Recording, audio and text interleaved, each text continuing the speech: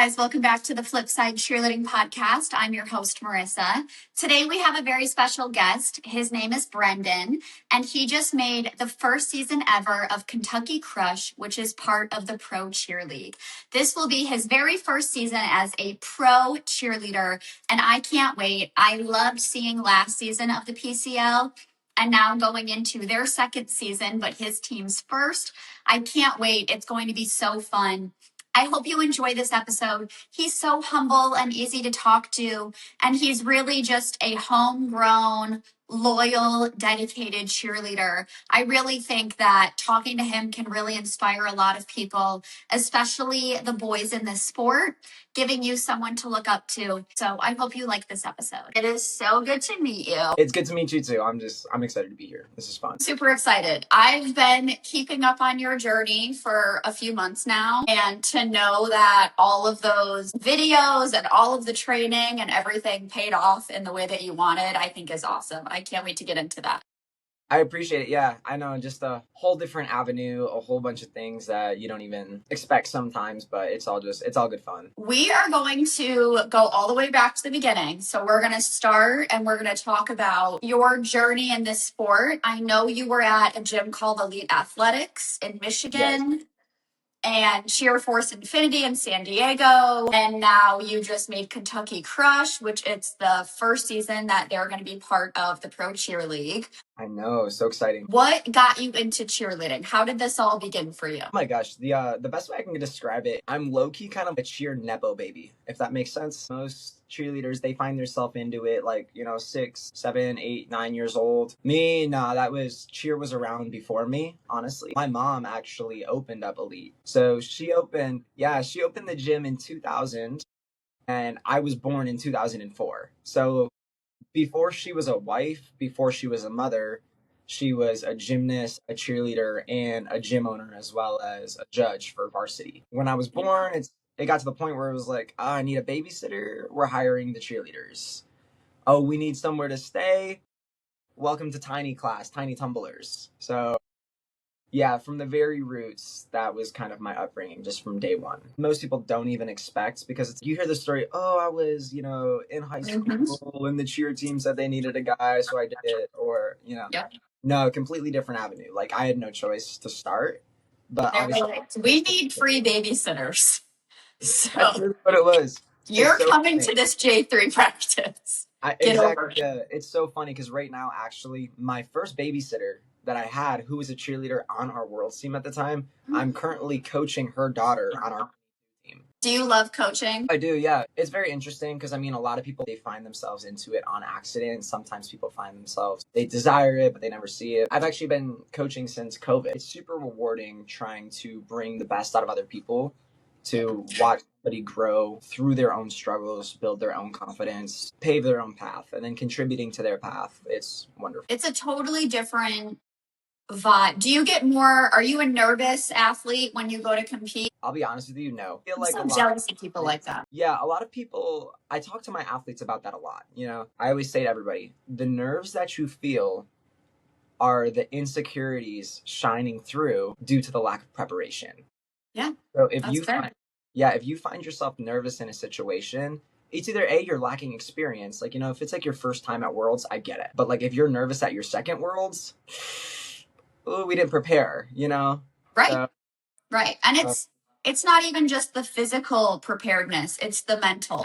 Before we go to compete, my kids will go, I'm scared. I'm like, you're excited. You're excited. You're not nervous. You're actually excited. I read something once that your brain can't tell the difference between nerves and excitement. Exactly. Almost. Exactly. Yeah, I know. Yeah. It's such an intricate feeling, to say the least. I've competed at Worlds every season since 2021, right? I've competed at Summit. I've hit all those big stages, and every single season, the seasons that I felt the best are the ones where I sat down and I said, there's nothing that I could do more to prepare myself better for this event. And that's when I was just really calm, relaxed, and just in my element, to the point where you don't even have to think, you were in that sort of flow state where things are just happening because you were going through the motions. But if your motions are correct, going through the motions is totally okay. Autopilot is totally okay. Have you ever had a moment while you're competing where you're cognitively thinking, like, I can't believe my body is just doing this right now and I'm not even controlling it?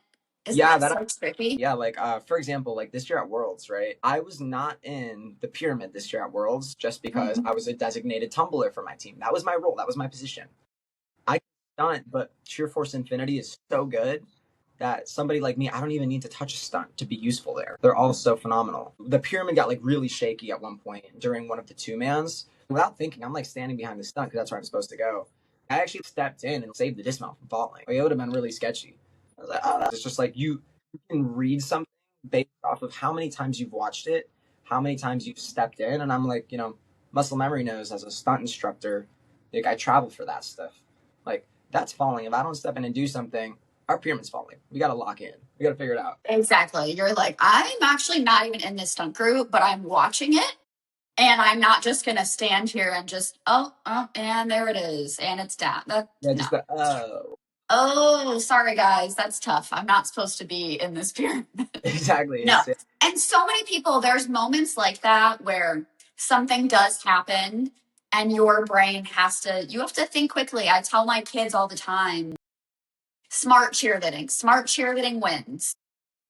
You have to think on your feet. If you're going to do something and it doesn't feel right, I mean, know how you can like intelligently and safely adjust what you need to do, because if something feels like it's going to be funky, it's probably going to be worse. Okay, so you're currently coaching is it still, your mom still owns Elite Athletics? Yeah, it's interesting now because me and my sister co-own with it too. Is it just you and your sister, or do you have other siblings? No, it's just us two. It's me and my little sister. She's phenomenal.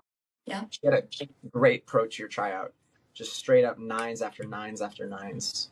Even Lark, like the head referee, was like, Lark literally said it at the tryout. He said, hey guys, she's doing punch front through doubles in the bullseye. Pick a new pass because no one here is better than her at it. After Elite Athletics, you moved into Cheer Force in San Diego. Yes, I did. What prompted that move? One of my main mentors, his name is Ray Jasper. And Ray Jasper is like a very prominent figure in the industry, obviously. I think like last year alone at Worlds, the teams that he choreographed, he walked out of there with 10 gold medals just because the teams he choreographed. He's insane. Ray Jasper has been one of my biggest mentors to the point where he even hired me to join his camp company, Action Spirit staff. That's awesome. So I spent about 4 years doing Action Spirit camps, and they're just stunt camps. They go to all sorts of gyms across the country, even the world. And while I was there, I met some good friends, and some of them were the Cheer Force crew. Now, Ray works really closely with Cheer Force Infinity too. And they were at a point in time for the 2024-2025 season. That was my last year of eligibility. So 2025 was my first year of open eligibility. They didn't have a boy position available. So there was a position where they didn't have enough boys. At the time, they didn't advertise it. They're like very like family orientated. So it's not like they're just reaching out saying, hey, anybody can join. Sure. Eventually, one of my friends, who's actually the center flyer of Cheer Force Infinity, her name is Pow Pow. She reached out to me and she said, hey, if you're interested in being on the team, we really like you. Now, I've worked for Cheer Force before. I've done stunt camps for them. So I've helped them with their stunt choreography. But I wasn't a part of their program as an athlete. So the coach, Jennifer Long, she's also the head coach of San Diego State University. Okay. Pow linked us together. Me and Jen knew each other for a long time, but like on a professional standpoint, not like a athlete to coach standpoint. And she reached out to me. She was like, hey, I think that you could be a vital piece to like really help us make this roster happen. All I need you to do is tumble and throw a co-ed stunt. I didn't even move out there. My first time with the team was choreography. It is a half-season team. So our choreography was like the third week of January. So I flew out there. She was like, I think you'll be able to throw this flyer in a toss lid. Good luck. Make it happen. I trust you. You seem good. I go there. I hit the co-eds. I do my tumbling. And then I fly home. I would literally fly in 2 days before the competition for a practice, compete, and then fly home. We went to Worlds. Day 1 was pretty solid, and we were in second place going into finals. Day 2, we pulled through and eventually won Worlds. It was really cool, you know. It was a very weird situation. I was just a fly-in for the team, but me and the team were really close, you know, good people. So now I'm just, if I ever am cheering All-Star, it's on Infinity. That's my family. I'd never switch up on that. That's awesome. I was at Worlds that year. I was not an NCA, so I had a friend. 2 of my friends the year before were on Toxic. Yeah, Toxic. We're really cool with them. We like them. Yeah. Our division, it's the coolest division. If you do any research on that division, everybody in that division is there. How did your mom feel when you said that you were going to fly back and forth from Michigan to California? They were cool. They supported me. It was a very good vibe. Like my whole gym, everybody backs it. Everybody was super cool about it. Like everybody has the same goal. I tell everybody, you know, the goal is to succeed. And, you know, there's a quote that I always go by, you know, there's winners and then there's quitters. That's it. So it's like my goal was, it was actually interesting. The first 2025 was the first year of Worlds where I actually didn't care about winning. I didn't really care. Like for me, I was like, not like I'm gonna say ring chasing, but like nobody's doing it to lose. But it was the first time where I was like, you know what? We could literally not have to go on stage for day 2, and I'd be totally happy just because I love who I'm doing this with. I love who I'm doing this for, and I like what we're representing. And that means everything. Yeah. Because there are plenty of people who it's not all about winning, but I also think, I mean, you're right. You're not in it to lose. Exactly. You have to have that mindset and just trust that you and your team are doing everything that you can, everything in your power. And at the end of the day, sometimes the cards are in your favor and sometimes they just might not be. And you just take that on the chin and you figure it out for the next time around. I'm a huge mindset person, you know, with the kids that I coach, with even my friends, right? I always tell everybody, I don't care what you're doing. I care about your intentions behind it. Yes. So it's like, if you fall short in pursuit of greatness and you are giving it everything that you possibly can, nobody could ever really be upset with you because what more could you have done? And that was my favorite part about the culture of that team is that there were no weak links mentally. Nobody had weak links mentally, right? Even physically. I mean, you don't just win Worlds on accident. There was no links. Everybody showed up. They did their job. They were excited to do so, and they were all grateful for it. It was so wonderful. And coaches on top of their game, you know, down to the music producers, the choreographers, everybody was dialed in for one task. And I'm like, that's why I was so happy with it. I was like, I could care less about what happens because at the end of the day, we won as a collective group before any accolade could show for it. And I think that's what a lot of people miss the ball on, you know. A lot of people will take good things and they will associate the success of their situation based on an accolade. Jennifer Long, I'll give you so much credit for that because Jennifer Long is a beautiful person inside and out. Good things come her way because she has great intentions. And that's why Cheer for San Diego will always be the only place you'll ever see me do All-Star. I'm grateful that people look at me as good competition. I'm grateful to have great competition. Like my best friend in the entire world beat me at Worlds this year. What are you going to do? Yeah, you know the guy that does like the 360 back handspring on Toxic? Uh-huh. That's my good friend Marcel. He's been one of my best friends for like 4 years now. That's awesome. He was like, I don't want to be on 00 this year. I want to be on Toxic because I like being on level 7. I was like, fire, bro. See you at comp. Yeah, see you there. Yep. Yeah, and he beat me. And like, one of my good mentors, they told me too, because like after Toxic won, you know, I posted my globe, but like I posted a picture of me and Marcel just like pointing at his medal. And congrats to my homie. My friend is a champion. You know, if we had done better that day, it would have been us. No, who cares? They were the better team that run through. So I'm like, I'm not going to be preying on their downfall. I'm just happy to watch my friends succeed. I'm like, you know, like myself, Faye, Jenna, like all of them. They're all great people over there. So it's a good thing. A lot of people like they get super salty and super envious, but then they forget what that does to them. You know, there's karma that comes with that. Yeah, everybody shares the same 24 hours. Who's going to utilize theirs the best? Yes. Absolutely. You can't get upset watching a team hit a stunt harder and say, oh, well, blah, blah, blah, blah, blah. No, you showed up to compete, so accept the placement. I almost quit tumbling, like, period. I almost retired back in 2025 and 2024 because you have to have honest conversations with yourself. Because at the end of the day, when you have a feeling and you have a thought, they align. It was over a double back tuck. Now, if anybody watches any of my clips nowadays, they're like, oh yeah, that's one of your strongest skills. You don't mess those up too often. I'm actually working on like double back whips on the floor right now. Oh, wow. Okay. Yeah, so you were going to quit over that skill? Yeah, I was. But the reason why I was going to quit over the skill had nothing to do with the skill. I was so scared to throw it. I had a huge mental block with the skill for 6 years, from 2021 to 2026. And the reason wasn't because I didn't know how to do it. I think my double back is on the very high end of tech. I just didn't train it. I didn't work hard. I didn't care about my nutrition. And I asked myself, maybe if I actually wanted the skill, I would focus on the details. I would work a little bit harder and it wouldn't come. So my question to myself was either A, you're willing to do the things necessary to have confidence because confidence is earned, or this isn't what you actually love to do and you need to quit and you need to focus and find something that you actually care about, that you're somebody who really did something for me. They changed my whole perspective on life.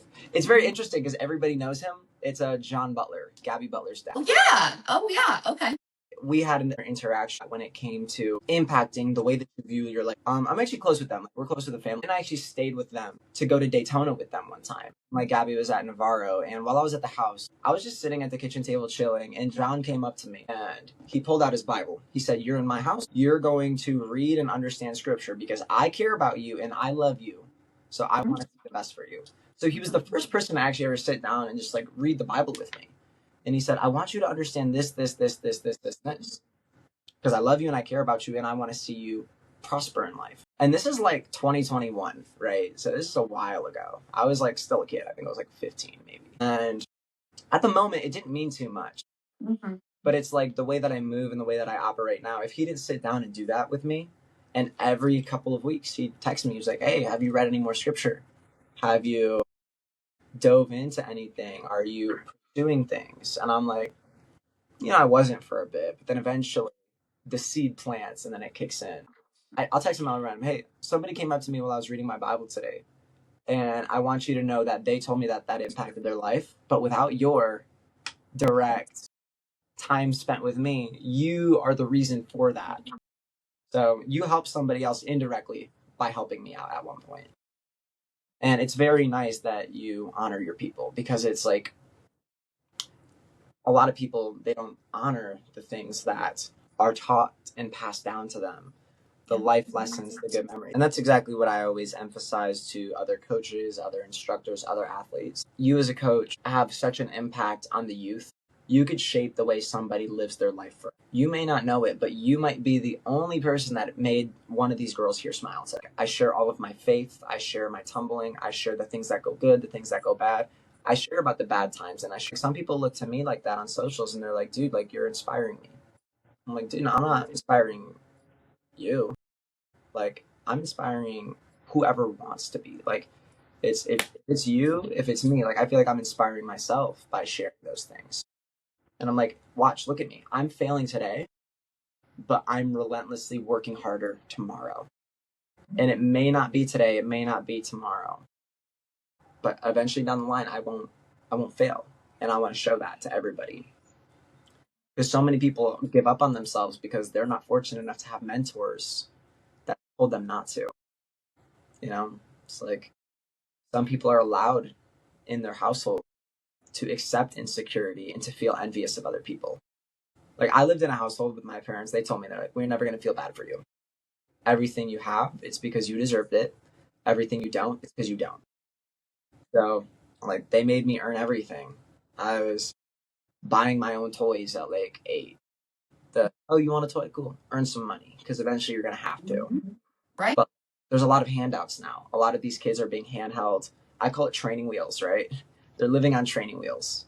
Yeah. They're not allowed to take their training wheels off. They're not allowed to take their helmet off, but they are not given opportunities to fail. And I always try to emphasize to these parents, you have to let them fail, because if you hold their hand through every error, every mistake, every hard time, they're going to have no confidence in themselves to do it because they never had to. Exactly. Yep. And that's why there's a culture nowadays where people are like, "Oh, we got robbed," or "That didn't deserve it." No, they didn't. If you were significantly better, leave no room for interpretation. If you were that much better, it would have been, it would have been you. If I saw somebody, I'll use a great example, right? I remember one of my big skills that I wanted to get was a double whip double. And the reason why I wanted to double whip double, do you remember like the TGLC karate team, like the karate theme routine? Oh, yes. Oh, yeah. Back in 2019. That was Uh-huh. so cool. I Mm-hmm. watched like 8 guys do hand double whip doubles. You got like 8 of them? What? Yeah. That's crazy. But like some people would look at that and be like, "Ugh, I don't have that skill, so I'm going to destroy that." Me, I watched them. I was like, y'all are so inspiring. I'm going to do that. And now it's like one of my best friends who was actually on that team. His name is Donovan. He's so cool. He's like, Donovan, you got to put me on. Blake, you got to. I remember I was like hitting those guys up. I was like, you compete at that. I want that. Put me Yeah. on. I was like, you guys are sick. Like, Yep. you know something I don't yet. Help me. Guide me to that. Whereas like nowadays, like I'm watching people do stuff and they're like getting ridiculed for it. I'm like, and then I watch people ridicule the people that are like trying to talk bad. And I'm like, no, that's not even, that's just as bad. Leave them alone. Disengage. I'm like, why can't we give flowers anymore? Why can't we Yep. look at something good that somebody does and say, I'm happy for you. Let me try to be better. Yes. Let me try to obtain that. Let me try to improve upon that. Yeah. Do you feel like growing up in this sport, because you've done it your whole life, do you think that there were ever any struggles that you had or anything along those lines being a boy in a predominantly female sport? Oh yeah, 100%. Like it was bad for me growing up. It was very hard. Like, my growing up in my childhood, it was great, but it was very unorthodox. And you know, being a parent too, my parents did the best they possibly could with my unorthodox lifestyle, right? And then growing up too in the cheer industry, I had more female friends, you know, because I was like in cheerleading since I could barely talk.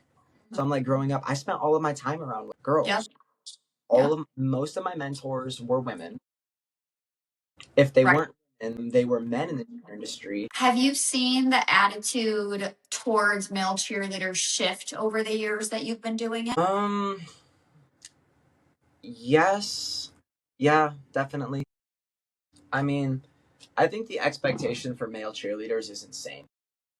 Yeah, I think it's definitely. absolutely crazy. You know what I mean? Like for example, like imagine having a double full, but you can't be on your world's team because you're not strong enough to throw a girl up. Uh-huh. Like I started co-ed stunting when I was 10 years old. Yeah. Like fortunately, they prepared me for moments like that.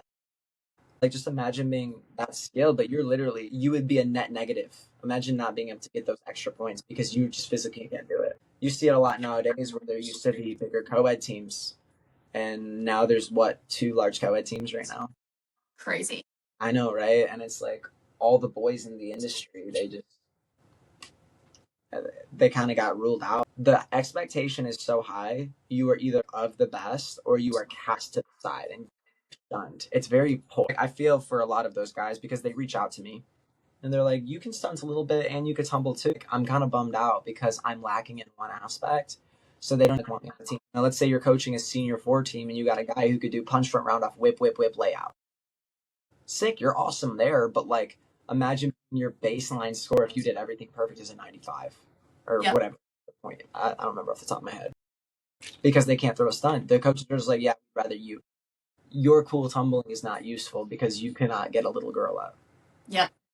Or like vice versa. So whereas the people that could do both are like held on a pedestal. Like some of them don't like full free scholarships. Yes. Boys than girls in this sport. Uh-huh. There's so many more opportunities. Mm-hmm. So much more. Like it's interesting. As long as I can land a full, I practically have a full ride scholarship. I get free college education whenever I feel like it. It draws people's eyes. If I'm watching a team and there's one boy on it, first of all, he's probably in a slightly different uniform if he's wearing pants. So immediately your eyes going to what doesn't look the same. Mm-hmm. And And that's why you said especially if, same place. right, especially if that's a boy who can stunt, can tumble, can do all of the things and really hold their own, you're like, oh my God. It's even more impressive because it's viewed as being more rare. Yeah, exactly. I mean, Yeah. it's hard too. There's a lot of pressure on those guys. Big time. I was one of them until I put my social media presence out. Like me, for example, I made it very clear. Now I'm at the point like I'm getting recruited by a lot of teams, a lot of colleges still. Yeah. Like I tell them straight up, I'm like, listen, if I'm gonna be on an all-star team, I'm going to be on Cheer Force Infinity till I retire. For the pro team, my goal is to retire with Kentucky. Like a one team guy, like a huge loyalty guy. I don't like to like dip my feet in everywhere. I want a good legacy and a good reputation with everybody. And these guys, there's so much pressure on them. They're getting recruited left and right to college programs, all-star programs. My favorite accomplishment in my entire life, I brought a globe back to my home gym. That the gym that I grew up in, the gym that produced me, my home gym, I brought them a medal at, and I'm like, you know what? People ask me all the time. They're like, why didn't you go to this team or go to that team or do that team? And I'm like, honestly, I have no desire. They didn't create me. They didn't build me. I feel like that would be a slap in the face to my coaches who developed. Right. You know, like athletes from like other programs in my area in Michigan will reach out to me and they're like, oh, like, can you train me for this, this, this, this, and this? I'm like, yeah, of course I'll train you. But like, I want you to understand, I'm not trying to recruit you. If you want a skill, I am going to give you good, safe training if that's who you are. If you ever wanted to join my program, I'm not going to ask you to. I'm never going to pressure you to. Do you be a kid? Be a kid, and I will try to help you be a safe athlete. That is my obligation. For sure. And it's just kind of sad, like especially with boys. I watch boys get recruited left and right. Like one of my favorite teams that I like watching is Gym Time Fever. Love that team so much. Shout out Dima, you know. Shout out Dima. It's my guy. And that team, I love it. They're all homegrown kids. I like Aqua. Like those are the teams that I love to watch. You know, even at Pac right now, Pac 5. Uh-huh. Yeah, I'm like a huge underdog kind of guy. Like that's my vibe. Infinity. Yep. Infinity's a huge underdog team. Yep. 6 world championships, by the way. Yeah. You know, it's actually funny. Infinity was the last team that beat Double at Worlds. Crazy. I remember. I've been to Rain Athletics twice. Mm-hmm. While they've had aqua practice, and their owners and coaches they're so nice. There's such a family vibe there. Yeah, love it. I love it. Yes. And Pittsburgh is such a concentrated city for cheer.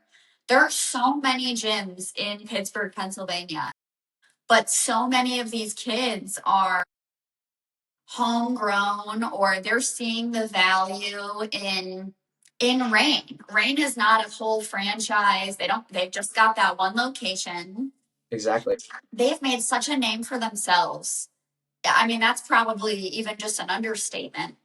They are bringing teams, and every team they bring comes home with some kind of summit medal. They're coming home with world's medals. And those kids they're so nice, and it's just such a humble vibe in there. And they're very well aware that there's so many other gyms nearby, but very few gyms. I think Rain is going into maybe their 14th or 15th year. There are not many gyms doing it like Rain Athletics. Yeah. And I got a lot of respect for that because I look at it, right? When you have a program, like let's say hypothetically, a program has 500 kids to choose from for a team. When you have a gym that'll have like 500 kids with 200 kids, and the gym with 200 kids outdoes the gym with 500 kids. Yeah. That's not a display of coaching. That's a display of culture, you know. Yep. And I think culture gets so overlooked. Yeah. That's one thing. That's actually the reason why I chose Kentucky Crush. That's why I chose to join. I was going to ask. Okay. Mm-hmm. Yeah. Culture was the reason why I chose Kentucky Crush. Nothing against the other teams, right? I have good relationships with all of the other coaches and managers with the other teams. But the main reason, I'm a loyalty guy. Every team expressed some sort of interest in me. And that puts you in a weird situation. Because it's like, obviously, like, I'm humble. I know that, like, I need to get better in aspects. There's a reason why you see me training every single day. Yeah.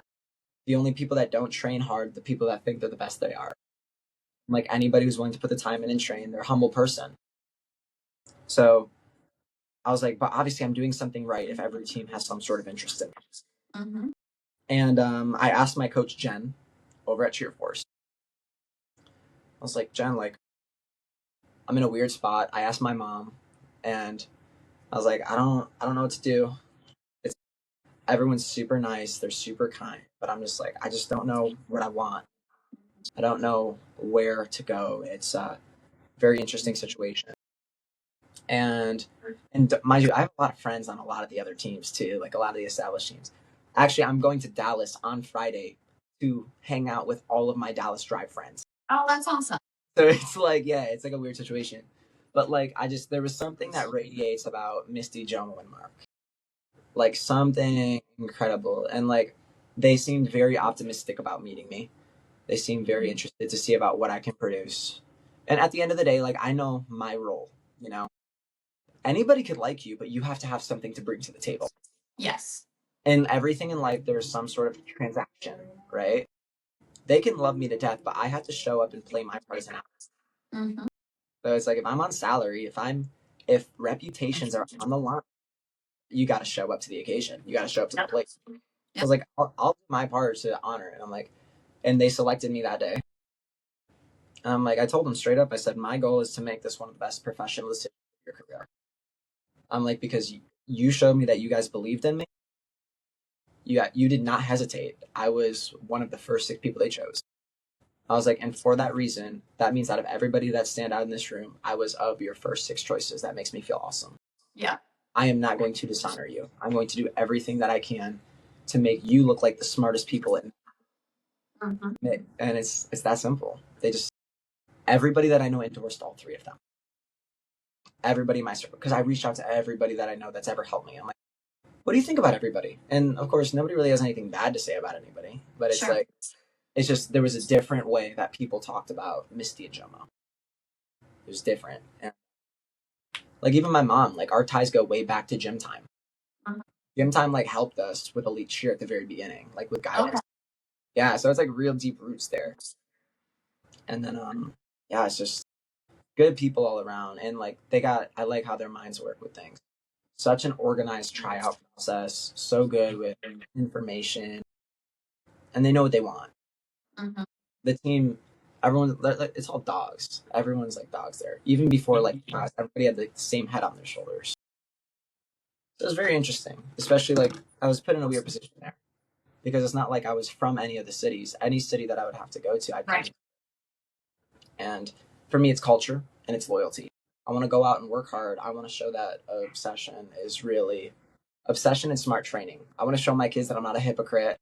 Yep. Like I track my logs just like I tell you to. Mm-hmm. I put in the hours just like I tell you to, and I want to succeed to show you that it works. And Absolutely. and I want to make my coaches look good. I think there's a lot of honor in that. You know, I'm fortunate to have a lot of endorsements when it comes to people that I respect. Right. And I want them to be proud to announce that they know me and that they've worked with me. I want them to like look at me and be like, yeah, like I contribute to that. Mm-hmm. Like, I think it's a good thing. I feel like it really helps them. Absolutely. How far is Kentucky from where you live in Michigan? It's a 5-hour drive. It's really not bad at all. It's not that bad. Yeah, I mean, there's like 4 pros. There's like 4 people pros from like my area right now. Oh, that's nice. Yeah, so it's me, my friend Darnell. Darnell is like from the west side of Michigan. Okay. My sister, and then Aiden. Nice. So yeah, there's like 4 people training under one roof in Michigan for Kentucky. Well, that definitely makes things easier. Do you think you guys will carpool? Oh yeah, we are. Oh, perfect. Yeah, Even better. that's what we've already been doing. I know, and it's cool because we're all like tumblers on the team too, like designated, but like predominantly. So that is the goal. Yeah, we got 4 people training under one roof for the same goal, a state away. Awesome. So super cool, super nice, super fortunate. Oh, yeah. We're going to do some rapid fire questions. Okay. Do this. What goals do you still have in cheer that you want to accomplish? Skills, X, Y, and Z. I want to win NCA. I haven't done it. That's the only thing I haven't won yet. I want to get a double back whip Arabian through the double back. That's what I'm currently working towards. I want to win Pro Cheer League MVP and then Pro Cheer Champ. That's my goals. If I can get both of them, that would be cool. One of them would be cool. Really, I want to win that championship because I feel like Kentucky's underrated. I want to win Worlds this year on Infinity because I want to see my sister win Worlds. That's the goal. I want my kids to be strong and confident in their cheerleading. Their accolade, they determine their accolade, but like I want them to feel confident in what they put out on the floor. Absolutely. That's what I'm grinding towards right now. Oh, and to do it all safely without getting injured. How would your teammates describe you? I hope they describe me as dedicated. I hope they think that I'm not a hypocrite. I hope they think that I stand my business and I play my part. I hope they look at me and they don't worry. I want them to be confident in me because I'm confident. That's a big one. What is your competition or tumbling hype music? What do you listen to? It really, really depends on the vibe, you know. Like if I'm just training, I'm just playing some chill like R&B music. But like if I'm like really on that grind music, I got like a few go-to songs. Lately, it's been "Pump It" by the Black Eyed Peas. Oh, that's a good one. "Victory Lap," that's a good one. And then Pitbull's kind of underrated. Pitbull's great. Pitbull's an underrated tumble song. What is your go-to cheat meal after competition? Oh my gosh, you'd actually be really surprised. My best tumbling comes after eating McDonald's the night before. Yeah, that or the what's it called? The Reese's covered animal crackers. I see those in the store all the time and have never tried them for some reason. It's honestly like a joke between me and my team, like Infinity. They look at me and they're like, "Oh, yep, you got the animal crackers and a Sprite Zero, classic." Perfect. Mm-hmm. Meal champions over there. See, now you've influenced me. Next time I see them at the store, I'm going to get them. Don't do it. Don't. I don't Do yourself, condone it. do yourself a favor, and you don't need to know what they taste like. Everything else will disappoint you. What is a world's team that you really look up to? All girl, co-ed, anything. If you were like, wow, I know you're never going to not be on Infinity, but what's like a dream team or something you look up to? I'll answer for two of me: childhood me, and then current me. Childhood me, Cheer Extreme Co-ed Elite. Oh, yeah. The years between 2010 and 2014, that was something about that team. Like I watched them in majors one time. I snuck into majors. And yeah, it was that team. That's funny. And I think the current team that I just watch and I love it so much, and I'm like, I would love to be on that team. Oh my gosh, I'd have to say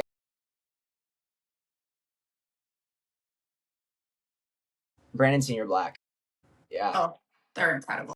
that team. Yeah, that team. Like, yeah, that team did something. Smoed, Prime Smoed would have been cool. That team was cool. BSB is just the epitome of there is not a single weak link on that team. They all are on point. Like small co-ed BSB was so fire. Yes, they're so good. Another team that like obviously TGLC too. TGLC, primetime TGLC. If you could get anyone to join Kentucky Crush, who would it be? I don't even like. I'm like trying to say this. I'm not recruiting by any means. We're not recruiting. We're not poaching. This is just based on who he likes and the vibe. Yeah, for the vibes, I'd want to get my boy Marcel. I had a feeling you'd say that. Yeah. I know. I already talked about him earlier. It would be Marcel Finley from Miami Metal, number 20. Yep. Or Grant Lockaby from Dallas Drive. One of them. They've been my best friends for years. Love those guys to death. It would never happen because they're also loyalty guys. You know, absolutely. Any other team, and Marcel would never be on any other team. But like, that would be like a dream teammate. Last question. If there is a young boy watching and he wants to do cheerleading, but maybe he's nervous because of the stereotypes and the misconceptions, X, Y, and Z, what advice would you give him? What would you want to tell him? I'll give you the same advice that all of my mentors did. They gave me. If you restrict and withhold yourself from doing the things that you want to do, based on the views and the perceptions of people that you don't respect, you are wasting your life. Don't take advice from people that you would not accept criticism. If you wouldn't accept their criticism, look the other way. You're That living. is very good advice. Well, it has been so fun talking to you. It's been an absolute blast. Thank you so much. I want to go to, I don't know which match yet, but now that there's 10, there's plenty to choose from. I want to go to a match this year. I watched all of them last year. I can't wait to see what these new teams bring to the table. And I'm sure your journey is going to keep prospering, and you've put in so much work. So I think that you're really someone to look up to, and this is what hard work and commitment and dedication can get you. It can take you all the way.